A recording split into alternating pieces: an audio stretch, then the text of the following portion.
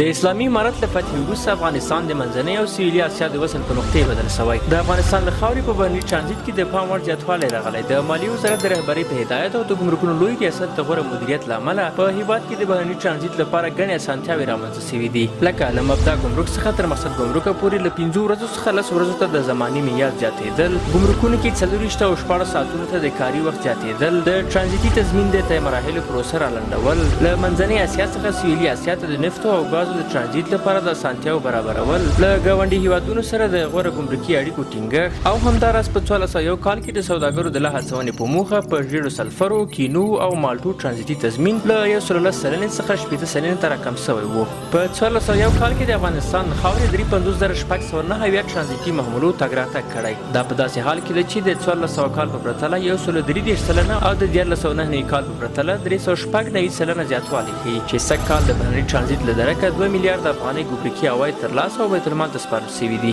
سربیره پر دې د بهرني ترانزیت په زیاتوالي سره په بېلابېلو برخو کې په مستقیم او غیر مستقیم ډول ګڼ شمېر هیوادوالو ته د کار زمینه هم برابره شوې ده، چې د هیواد په اقتصادي ودې او پرمختګ کې مثبت زیری دی. مالیې وزارت هڅه کوي چې د هیواد په ګمرکونو کې د بهرني ترانزیت لپاره نورې اسانتیاوې هم برابرې کړي، ترڅو افغانستان د سیمې د وصل په نقطې بدل شي، ګام پر ګام د ځان باسي افغانستان په لور.